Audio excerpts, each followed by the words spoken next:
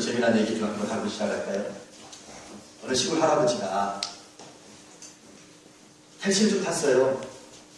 택시를 타고 이제 목적지까지 도착을 했습니다. 요금을 보니까 10,000원이 나왔습니다. 근데 이 할아버지가 10,000원을 내줘야 되는데 7,700원만 내는 거예요. 근데 택시기사가 깜짝 놀래가지고, 아니 할아버지 요금은 10,000원인데 왜 7,700원밖에 안 주는 거예요? 라고 이야기했더니 이 할아버지 하는 말이, 야 이놈아, 내가 2,300원부터 시작하는 걸 봤어 이놈아. 그랬습니다. 할렐루야. 오늘도 주 안에서 여러분을 만난 거 진심으로 사랑하고 축복합니다. 인사하고도 시작할까요? 오늘도 뭐라고 인사하냐면, 오늘 충청도니까 충청도식으로 한번 인사해볼게요. 인사를 만들기 쉽지 않습니다. 네, 오늘 뭐라고 하냐면, 오늘 참 멋지네요. 그렇게 한번 인사합니다. 자, 해봐요. 시작. 오늘 참 멋지네요. 네.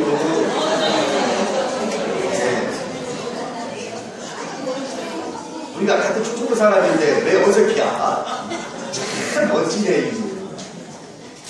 할렐루야. 여러분들 쳐다보니까 다 멋지네요. 저도 멋지네요. 할렐루야. 자, 오늘 말씀은요, 겟세마네 동산에서의 기도의 장면입니다. 겟세마네 동산의 기도인데 이게 주로 사순절날 또는 종려주일에 주로 많이 익혀지는 본문 중에 하나입니다. 근데 이 겟세마네 동산에서의 기도는요, 굉장히 중요한 말씀이거든요. 그러다 보니까 마태, 마가, 누가 새 복음서, 이걸 가리켜서 공부한 복음서라고 부르는데, 새 복음서 공에다 이 말씀이 기록되어 있어요. 그런데 공간 복음서 모두가 이 말씀이 기록되어 있는데, 마태하고 마가는 거의 똑같아요. 대놓고 소리예요. 그런데 누가복음만 조금 달라요.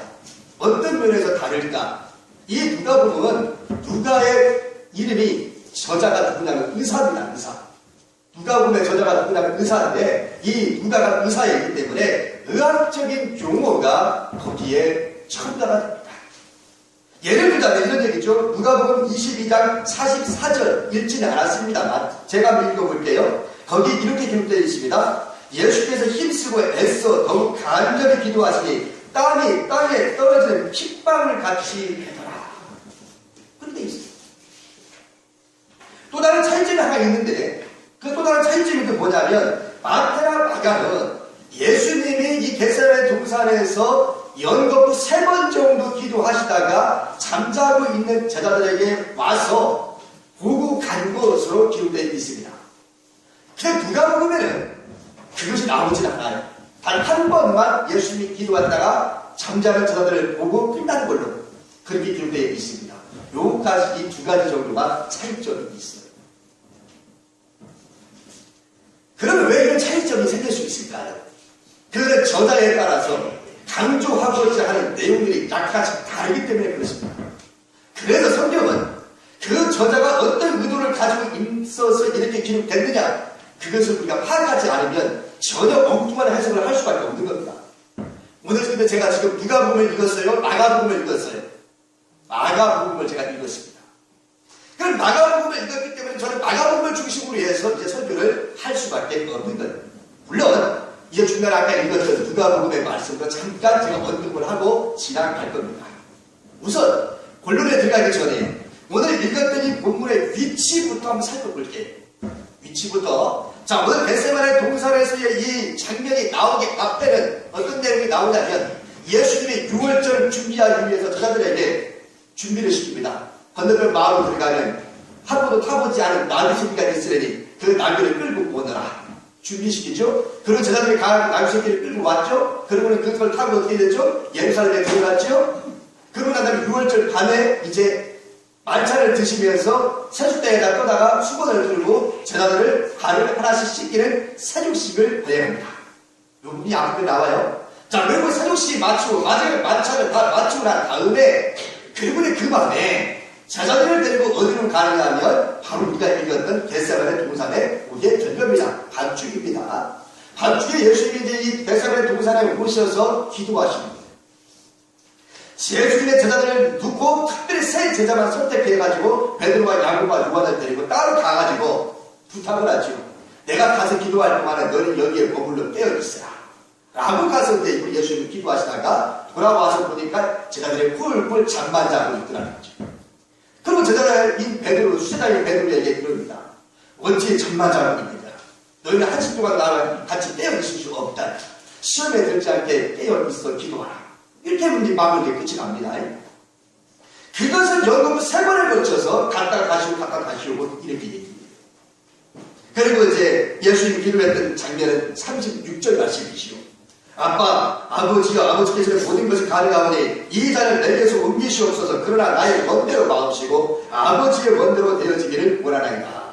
라고 그렇게 말을 합니다. 자, 이렇게 겟세마네 동산에서의 기도가 마친 후에 바로 이어서 또 어떤 장면이 이제 이어지게 된다면 12 제자 중에 하나였던 배신자 누구요? 가룟 유다가 바로 이 장면 끝이 나면 이제 로마 군병들을 데리고 예수님을 잡기 위해서 이 겟세마네 동산을 찾아와요. 그리고 예수님과 입을 맞추면서 예수님이 이제 체포당하면서 그때부터 숨가쁘게 이제 예수님 끌려다니면서 신문을 당하고 판결을 받으면서 급기야는 십자가에 못 박아 죽게 됩니다.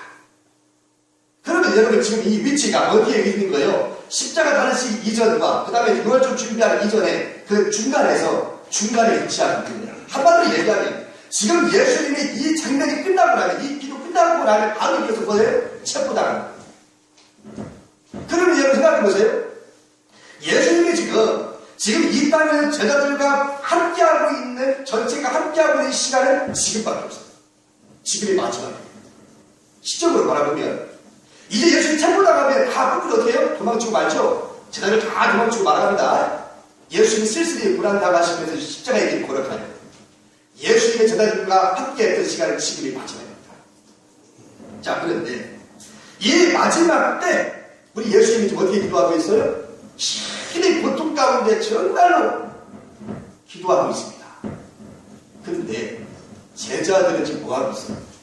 훌훌 지금 잠만 자고 있어요. 얼마나 지금 예수님이 지금 심하게 고통 가운데 기도하고 있는데 제자들은 지금 아랑곳 하지 않고 지금 잠만 자고 있어요. 저는 오늘 이 말씀을 묵상하면서 이처럼 중요하고 지금 이렇게 시점적으로 봐도 참 중요한 시점인데 왜 예수님이 지금 이곳에서 기도하면서 마지막을 보낼까? 그 생각을 좀 해봤습니다. 금방 제가 뭐라고 했어요? 제자들과 함께 할 수 있는 시간은 지금이 마지막이라고 했어요. 지금이 마지막입니다. 자, 마지막이라고 하는 이 개념을 잘 살펴보세요. 마지막이라고 하면 굉장히 중요한 시점이죠. 여러분이 부모가 돼서 자식들에게 유언을 남길 때는 정말 마지막으로 남기고 싶은 말은 줄여서 액기스 중에 액기스를 준비해가지고 유언으로 남길 거예요. 그럼 지금 예수님은 지금 마지막이라는 걸 알고 있었어요. 제자들은 몰라서도 예수님 내가 이 시간이 끝나고 나면 금방 잡히고 이제는 십자가에 걸어간다는 걸 누구나 알고 있었다면 예수님을 알고 있었어요. 그럼 이 중요한 시점에 하고 싶은 말 참 많았을 터인데 유언을 남기고 싶었던 말들이 많았을 터인데 예수님은 말 한마디 하지 않냐고 내가 가서 기도할 동안에 너희는 여기 있어 깨어있어라. 그럽니다. 그리고 돌아와서 잠자는 모습을 바라보면서 정말 쯧쯧쯧해요. 자, 오늘 저는 이 말씀 생각해 보면서 그 생각을 했어요. 아, 우리 예수님 마지막에 도대체 남겨진 제자들에게 무엇을 남기고 싶었을까? 유언인데, 사실은 유언인데, 유언을 말하지 아니하고 행동으로 보여주면서 무엇을 가르치려고 이런 모습으로 마지막을 보낼까? 그런 생각을 해봤어요. 그것은, 예수님이 기도를 가르치고 싶었던 겁니다. 마지막까지 예수님은 제자들에게 기도를 가르치고 싶었구나. 말로서가 아니라 행동으로 보여주면서 기도를 가르쳐주고 싶었구나.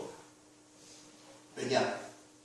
예수님이 이제 떠나고 나면 남겨진 제자들은 예수님 없이 살아가야 됩니다. 제자들은 몰라도 예수님은 알아요. 그러면 이 험악한 세상, 곧바로 이어지면 또 뭐가 올까요?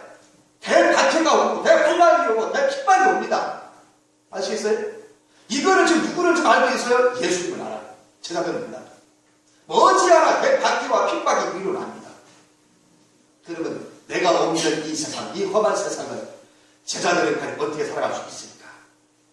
그래서 제자들에게 가르치고 싶었던 것이 뭐였냐면 기도였어요. 기도. 그래서 저는 오늘 이 말씀을 통해서 첫째도 기도요, 둘째도 기도요, 셋째도 기도라고 하는 것을 제자들에게 가르치려고 하는 예수님의 마음을 읽을 수가 있었습니다. 그래서 저는 오늘 이 제목을 이렇게 붙였어요. 내 인생의 열쇠의 기도라. 내 인생의 열쇠의 기도라. 여러분, 기도라는 것이 참 추상적이죠. 불신자들에게는 도저히 이해가 되지 않아요. 이 기도라고 하는 것이. 잘 생각해 보세요, 여러분. 기도한답시고 무릎을 꿇고 자기 혼자 뭐라고 한참 뭐라고 얘기하더니 기도했다고 자기에서 일어나. 안 믿는 사람들이 바라보면 뭐 하는 거야? 나 기도했지. 내가 옆에서 보니까 뭐 혼자 말하고 뭐 아무 들리는 것도 없는데 혼자 실컷 말하고 있대. 누구한테 얘기하는 거요? 사람처럼 미친 사람 취급받을 수 있을 겁니다. 기도라고 하는 것이. 보이는 게 있어요? 잡히는 게 있어요? 들리는 게 있어요? 아무것도 없어요. 또 기도에 대해서 체험이 없는 사람들 입장에서 또 생각해 볼까요? 기도하고 나면 뭐 갑자기 무슨 뭐 뒤집어집니까? 병이 있던 병이 그냥 한꺼번에 확 나았었고 집안에 문제가 그냥 한꺼번에 확 풀리고 그냥 막혔던 뭐 내 인생에 문제가 확 풀려가지고 막 배가 탄탄대로 열리고 막 그럽니까? 뭐 보여진 게 있어야지. 잡히는 게 있어, 들리는 게 있어, 뭐가 있어? 잡히지가 없어요. 참 이것처럼 답답한 게 없을 거예요. 기도라고 하는 것이. 그런데 여러분요. 그런데 정말 이렇게 기도하다가 믿음 없는 사람들은 그렇습니다. 그게 역시나 나 같은 사람은 안 받는 것 같구만. 가끔 교회 다니다 보니까 뭐 기도해가지고 이런 응답받았다, 저런 응답받았다, 나는 이런 체험을 했다, 뭐 이런 얘기를 참 많이 들었는데 이거 아무한테나 해당하는 건 아니고 뭐 저런 특별한 사람들에게나 해당하는 거지 다 같은 사람에게는 영 아닌 것 같아요. 그래서 결국은 교회를 다니는데 취미생활로 교회 다니는 사람이 있고 안 다닐 수는 없으니까 인간 관계를 위해서 교회 다니는 사람이 있고 사람의 출세를 위해서 교회 다니는 사람도 있어요. 정말 하나님의 살아계심을 내가 몸소 정말 체험하고 경험하고 살아가지 아니하고 인간 관계로서 그냥 세상 사람을 처세주로서 교회를 다니는 사람들이 있다는 말이에요. 과연 그럴까? 결국 그것이 아니라고 보여집니다. 예수님은 오늘의 말씀을 통해서 인생에서 가장 중요한 열쇠는 금괴를 여는 열쇠가 아니라 내 인생의 모든 것을 열고 닫을 수 있는 바로 기도라고 하는 것을 제자들에게 가르치고 싶었던 겁니다. 그래서 예수님은 제자들을 삼을 때, 첫 번째 예수님은 제자들을 삼을 때도 기도하시고 제자들을 삼아 마지막 가는 그 길에도 마지막 종착점 결론을 기도로서 마감을 짚고 있는 것이 바로 우리들에게 보여진 예수님의 모습이었습니다. 저는 이 말씀을 통해서 예수님이 말씀하고자 하는 이 세 가지 의미를 찾아봤어요. 그게 뭐냐? 첫째는 언제 기도해야 하는가? 라고 하는 겁니다. 언제 기도해야 하는가? 기도하는데 특별한 때가 있는 것이 별거 아닙니다. 성경은 쉬지 말고 기도하라. 그렇게 말하고 있기 때문에 범사에 하나님은 시간 대로 기도해야 됩니다. 일반적인 기도지. 그러나 겟세마네 동산에서 지금 하고 있는 이 기도는 예수님의 일상적인 기도가 아닙니다. 시점을 보면 바로 죽음을 앞에 두고 하는 기도이기 때문에 어쩌면 이 세상에서의 마지막 기도라고 해도 과언이 아니에요. 물론 앞에서 이야기했던 것처럼 예수님 십자가에 달리시면서 7가지 말을 하시면서 기도하는 장면이 있긴 합니다만은 공식적이고 정말 이 세상에서 한 기도는 지금 이 겟세마네 동산의 기도가 마지막. 머지않아 이제 바로 이제 며칠 지나면 십자가에 못 박혀 죽습니다. 마지막 기도. 그러니까 지금 이 심정은 복잡해요. 예수님의 심정이 얼마나 복잡한지 몰라요. 그 예수님의 심정을 표현해 준 말씀이 바로 33절과 34절에 잘 기록되고 있습니다. 이 당시 예수님의 심정이 어땠는가 읽어볼까요?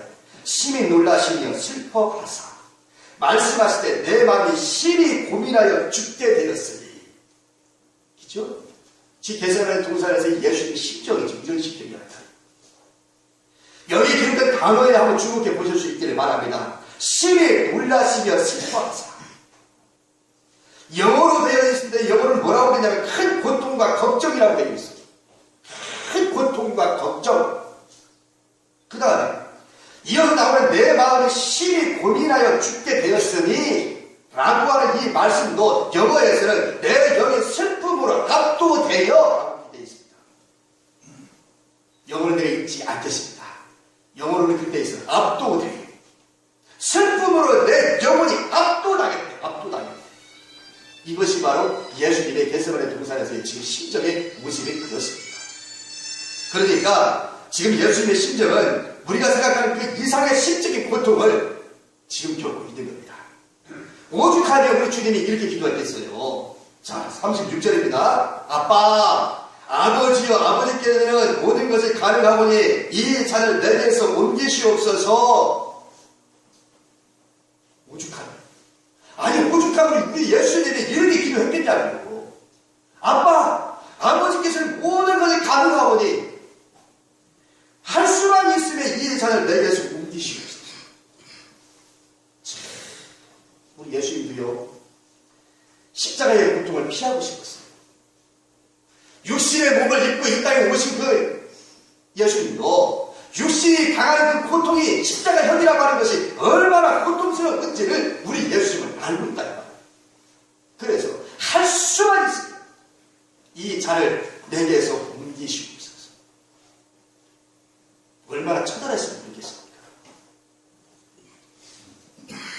그러나 그렇게 기도했을지라도 우리 예수님은 마지막에 그렇게 기도하지 않지요. 그러나 나의 원대로 마음이 뭐라고요? 아버지의 원대로 되어지기를 원합니다. 그러나 오늘 시간 분명한 것은 예수님의 지금의 심적 고통이나 우리가 생각했던 그 이상의 고통을 지금 겪고 있다고 하는 것을 알 수 있습니다. 그 얘기 이따 또 나오니까 그때가 되어납시다. 그렇다면 여러분 보세요. 여러분 중에 지금 자는 사람한테 말 못할 어려운 문제가 혹시 있습니까? 그렇다면 지금의 기도할 때입니다. 여러분 가정에 풀기 어려운 문제가 있습니까? 그렇다면 지금이 여러분 기도할 때입니다. 부부의 문제가 있습니까? 그 문제가 있다면 지금이 기도할 때입니다. 직장에 문제가 있어서 고민되십니까? 지금이 바로 기도할 때입니다. 응답이 없어서 답답하게 견딜 수 없습니까? 지금이 기도할 때입니다. 정말 우리가 언제 기도할까요? 언제든지 기도할 때지만 이렇게 심적인 고통을 가지고 있을 때 정말 기도가 필요할 때 이때 기도해야 한다. 그 말입니다. 예수님이 인생의 열쇠인 기도를 우리에게 주셨어요. 이 기도라고 하는 열쇠가 얼마나 위대한 것인지를 우리 예수님은 오늘 이 시간에 몸소 보여주셨습니다. 여러분의 인생의 문제는 바로 이 기도라는 열쇠로 열고 닫을 수 있음을 믿을 수 있기를 축원합니다. 부여국가에 보니까 예화 하나가 나오고 있더라고요. 아일랜드의 한 청년이 결혼식을 하루 앞두고 이제 내일 약혼했던 약혼녀와 결혼식을 가자 딴딴딴딴 해야 돼요. 바로 하루 앞두고 그 약혼녀가 죽고 말았어요. 근데 이 청년이 내일 결혼식인데 오늘 아내 될 이 여자가 죽었으니 얼마나 마음의 고통이 심하겠어요. 도저히 견딜 수가 없어서 이곳에서는 살 수가 없겠다. 좀 마음을 좀 추스리고 좀 잊어버려주는 시간이 좀 필요하겠다. 그래서 그는 캐나다로 이사를 갑니다. 캐나다로 이사를 가서 거기서 좀 안주해서 잊어버리고 새로운 삶을 살아보겠노라고 갔습니다. 근데 안주하기 전에 고향에 있는 어머니로부터 급한 전보가 옵니다. 어머니가 아주 지금 위독하셔서 오늘 내일 목숨이 끊어질 것 같은 그런 전보가 도착했어요. 이미 캐나다에 멀리 자기 이사를 왔기 때문에 바로 거기까지 간다는 것이 시간적으로 또 맞출 수 있을지도 걱정이 되고, 그래서 이 먼 곳에서 이 청년이 할 수 있는 것이라면 하나님 앞에 엎드려 기도하는 것밖에 없었어요. 갈 때 갈망정 지금 당장 할 수 있는 것은 하나님 앞에 기도하는 것밖에 더 있습니다. 그래 하나님 앞에 기도합니다. 하나님, 어머니의 병을 고쳐주세요. 어머니의 병을 고쳐주신다면 평생 하나님의 영광을 위해서 살겠습니다. 그렇게 기도했습니다. 그리고 기도를 마치고 난 다음에 이제 어머니에게 전화를 걸었어요. 어머니, 접니다. 어머니 좀 어떠십니까? 그랬더니 어머니가 전화 통을 받고 이야기를 하는데, 야, 괜찮어? 다 나섰어? 그러니까 이 사람이, 이 청년이 자기 기도하고 난 뒤에 바로 전화했더니 어머니의 목소리가 밝고 다 나섰다고 하는 것을 가보니까, 비록 거리는 멀리 떨어져 있을지라도 여기서 기도할 때 그 기도의 내용이 바로 응답된 것을 바라보면서 하나님 앞에 찾아갈 수밖에 없었어. 그래서 그는 그때의 감격은 시우 노랫말을 쓰게 됩니다. 찬송가 369장입니다. 죄진 맡은 우리 구주의 작사자 조지프 스크리븐이라고 하는 사람이 그 주인공입니다. 시련 걱정 모든 배려 없는 사람 누군가 부질없이 낙심 말고 기도 드려 아베셀 이런 진실하신 친구 찾아볼 수 있을까 우리 약함 아시오니 어찌 아니하wel까. 할렐루야. 이 시를 쓴 거예요. 여러분, 심한 고통, 심한 어려움, 심한 압박을 받는 문제가 있습니다. 지금이 바로 기도할 때입니다. 두 번째로, 어떻게 기도해야 하는가? 이 질문이에요. 첫 번째는 뭐예요? 언제 기도해야 되는가요? 두 번째는 어떻게 그런 기도해야 하는가? 어떻게? 남녀는 저자들에게 어떻게 기도해야 하는가? 그것을 우리 예수님은 가르치고 싶거든요. 그래서 예수님이 기도하는 장면을 의사였던 누가는 이렇게 기록하고 있습니다. 예수께서 힘쓰고 애써 더욱 간절히 기도하시니 땀이 땅에 떨어지는 핏방울같이 되더라. 누가복음 22장 44절입니다. 마태랑 마가는 이 장면이 나오지 않아요.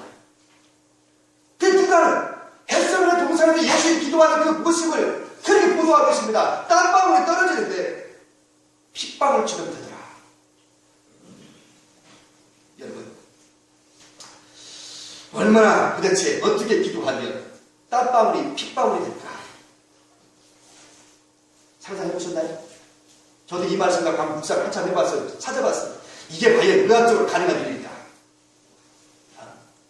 아니면 정말 이 누가가 예수님이 그토록 간절히 기도하는 것을 강조하기 위해서 마치 땀방울이 떨어지는데 핏방울같이 되었더라고 그렇게 얘기한 걸까? 아니면 정말 진짜 여기 말 그대로 예수님이 정말 땀방울이 땀샘에서 땀이 나온 게 아니라 핏방울이 나왔다? 그것이 정말인지 단순히 강조만 한 것이 아니라 궁금했어요. 정말 인간의 몸에서 땀방울, 땀샘에 핏방울이 나옵니까? 근데 의사가 아니니까 물어봐야죠. 그래서 인터넷 들어가서 뒤져봤어요. 그랬더니 저만 이런 고민한 게 아니라 성경에 분명히 그게 있으니까 많은 성도들이 또 따르기 좋아하는 학생들이 질문을 던졌어요. 과연 예수님이 누가복음 22장에 보니까 예수님이 겟세마네 동산에 기도하는데 땀방울이 핏방울같이 되더라는 것이 과연 있을 법한 얘기고 정말 과학적으로 의학적으로 가능한 얘기냐고 질문을 많이 던졌더라고. 나 혼자 하는 질문이 아니요. 그런데 거기에 대한 있는데 답이 쭉 써있어요. 답이 써있는 쭉 읽어보니까 말이죠. 흔치는 않지만 실제로 있을 수 있다. 내 말 아니요. 의사 얘기요. 이걸 의학적 용어로 뭐라고 그러냐면 의학적 용어로 혈한증이라고 해요. 혈한증. 혈한증. 땀 많이 흘리는 사람 뭐라고 하냐면 다한증이라고 하죠. 땀 많이 흘리는 사람.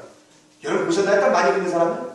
밥을 먹었는데요. 저 앞에 같이 밥 먹어도 이 사람 땀 비오듯 쏟다. 나는 땀 그렇게 쏟는다 진짜 처음 봤어. 그래서 병원에 가서 고쳐보려고 애를 썼대. 근데 안 그랬대요. 다한증이에요. 와 진짜 땀 많이 흘리고. 아니 매운 거 먹을 때야 그럼 어찌 날 수 있어요. 근데 이 사람이 찬밥을 먹어도 땀 줄줄줄줄 해. 병입니다. 병. 다한증이라고. 그런데 혈한증. 땀샘에 우리 피부에 혈액들이 얼마나 많이 흘러요. 혈관들 있잖아요. 작은 혈관, 굵은 혈관 쫙 몸속에 다 있는데 사람이 긴장하고 스트레스를 받거나 긴장하면요. 식은땀이 나요. 나지 않아요. 식은땀이 나요. 그런데 이 긴장이 극도로 더 강해지고 힘들면 이 땀샘에서 이 혈관들이 터져서 배출될 곳이 없으니까 땀샘을 통해서 배출된다는 피가. 나는 말씀 준비하면서 처음 봤어. 이건 혈한증이다. 근데 이런 사례를 찾아보기가 결코 쉽지 않답니다. 거의 없어요. 거의 없어요. 정말로 어떻게 보면 어쩌다가 한 번 있을까 말까 아주 찾기가 정말 쉽지 않아요. 사례를 찾을 필요 없어요. 근데 의학적으로 용어가 있는 걸 보면 존재한다는 거죠. 흔치는 않지만 근데 예수님이 그 장면을 적고요. 그런데 만약에 마태가 얘기하거나 마가가 얘기했다 하면 에이 그런 게 어딨어 이럴 수 있는데 누가는 뭐예요? 의사는 의사. 의사는 누가가 지금 예수님이 겟세마네 동산에 기도하는데 땀방울에 핏방울같이 뱉더라고 기도하고 있으니까 의사가 그렇다는데 내가 뭐라고 해요? 여러분 의사가 그렇다고 하면 여러분 반발하셨어요? 의사가 그렇다고 그런 거지. 내가 뭐가 지식이 있어. 내가 뭐 의사보다 더 뛰어나. 의사가 그런 거예요 그냥. 그렇죠? 의사인 누가가 예수님이 땀방울 떨어지면 핏방울같이 되더라고 고도하고 있습니다. 그 말은 무슨 말이에요? 얼마나 우리 예수님이 겟세마네 동산에 간절히 기도했는가를 우리에게 보여주고 있습니다. 그래서 여러분 저와 여러분이 어떻게 기도해야 되냐고요? 하나님 앞에 기도할 때는 간절한 마음으로 기도할 수 있기를 원합니다. 대충대충 기도하는 것이 아니라 정말로 간절히 기도하는 거예요.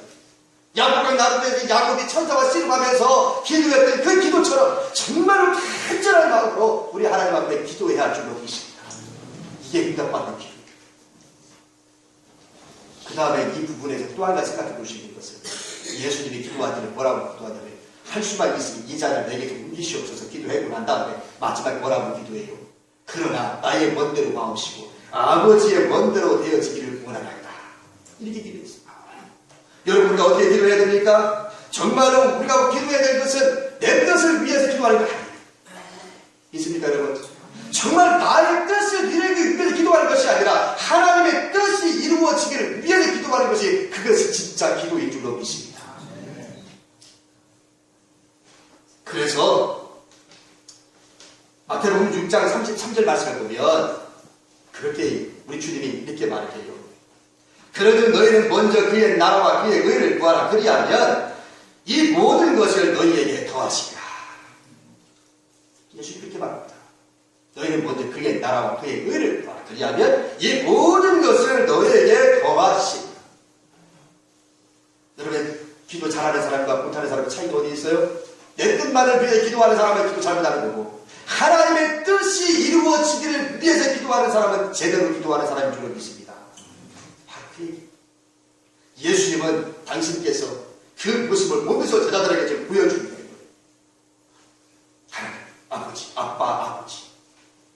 할 수만 있으면 이 자를 내게 좀 미시옵소서. 그러나 나의 멋대로 마옵시고 아버지의 뜻대로 되어지기를 원하나이다. 때로 내 뜻이 하나님의 뜻과 맞지 않을지라도 이것이 하나님의 뜻이라면 우리는 감수해야 할 줄로 믿습니다. 이것이 제대로 신앙생활을 하는 사람 내 뜻 구하기 말고 하나님의 뜻을 구할 수 있기를 바랍니다. 이것이 기도하는 방법입니다. 이제 마지막으로 그럼 왜 기도해야 합니까? 왜? 언제? 어떻게? 왜 기도해야 됩니까? 오늘 예수님이 그렇게 말합니다. 예수님이 기도하러 가실 때 제자들에게 부탁을 해요. 뭐라고요? 내가 기도할 동안에 너는 여기 머물러 깨어 있으라. 그렇죠? 첫 번째로 가서 기도하고 돌아오신 예수님이 잠자고 있는 제자들을 바라보면서 수제자 베드로에게 이렇게 말을 해요. 시몬아 자느냐? 네가 한 시간도 깨어 있을 수 없더냐? 시험에 들지 않게 깨어 있어 기도하라. 마음에는 머리로되 육신이 약하다. 이렇게 얘기하죠. 3번씩이나 부탁을 하고 기도하시다가 돌아오셨던 날 제자들은 쿨 자빠졌어. 이 시점에서 우리가 이 모습을 바라보면서 여러분 어떤 생각 드세요? 조금 섭섭한 마음 들지 않습니까? 왜? 예수님의 태도하고 제자들의 태도하고 너무 달라. 달라도 너무 달라. 그렇죠?